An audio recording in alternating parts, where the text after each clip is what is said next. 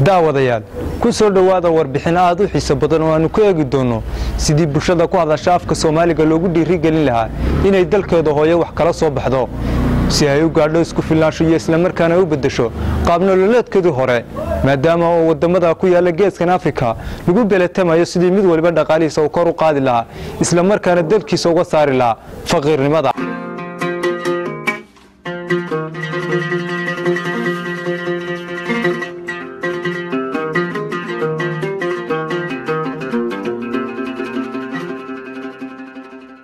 dalkasto tacabkiisa wax soo saar meesha ka baxo isla markaana dadkiisu aanay u tafaxaydan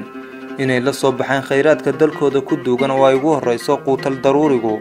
waa hubaal inuu si dhow daris ula noqdo faqriga iyo saboolnimada dadkiisuna ku tiirsanaan doonaan cuntada dibadda laga soo waariday oo aan tamar iyo tayo midna lahayn. Soomaalilandna waxay safka hore kaga jirtaa wadamada ay wax soo saarkeedii naafeeyeen ku tiirsanaanta wax soo saarka wadamada caalamku. warbixintani waxay ku eegi doonaa faa'iidooyinka iyo caafimaadka laga helo cuntada baalka leh.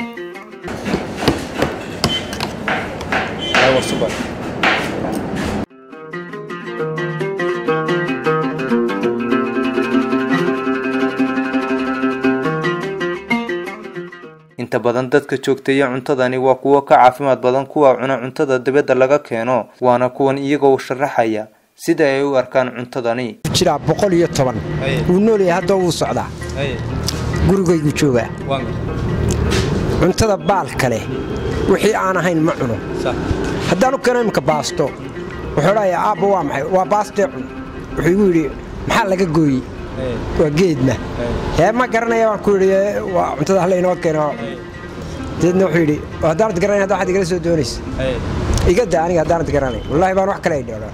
wala dhaafay xilligii aynu dad bilaadan ama dawlado bilaadan aynu gacmaha horsan lahayn waxaan u sheegayaa xukuumadda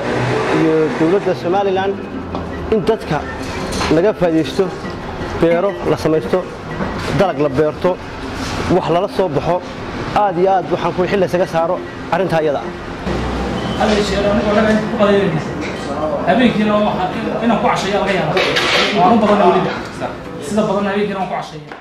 dhanka kalena wasaaradda caafimaadka ayaa bulshada ku waaninaysa inay isticmaalaan cuntada baalka leh iyagoo u eegaya dhinacyo badan. Dr. Faaduma Cismaan waa isuduwaha wasaaradda caafimaadka gobolkan Togdheer waxaana isbarbardhig ku sameynaysaa cuntooyinka wadaniga iyo cuntooyinka kale ee laga keeno wadamada ka baxsan dalka. dana cuntada dibadda laga keeno iyo cuntada wadanka ka baxda runtii laba la is agdhigi kara maaha. cuntada wadanka dibadda la inooga keeno waxa weeyaan bariis waa baasto waa wax moora oo ay ka jiraan waxdaas lagu soo margareeyo lagu daro caanaha cuntooyinkaasi waxay keeneen wax fara badan ba ay dalka ku soo kordhiyeen oo caafimaad darro oo koritaan xumo caruurtiya marka laba la is agdhigo maaha. wallahi fariinta aan u diray hooyooyinka waxa weeyaan inay ka fikiraan caafimaadka iyo koritaanka caruurtooda waxa caruurtooda siinayeen inuu yahay waxay ka baaraan degeen oo ay aad uga fiirsadeen bariis caruur ma koriyo roodi caruur ma koriso laxoox caruur ma koriso caruurta waxa koriya cunada isu dheelitiran oo maskaxiyan iyo jismiyanba ay u koraan ee ay kamid yihiin caano ay kamid yihiin borotiinku ee ay kamid tahay cunada baal kale oo la siiyo ka soo qaado kale soorta waxay noo naqana cunada galeyda oo la shiiday halkii bariiska hadii loogu bedelo aad bay anfacaysa. Cabdiraxmaan Roble Cabdilaahi Cabdiraxmaan Trike Kalsan TV Burco.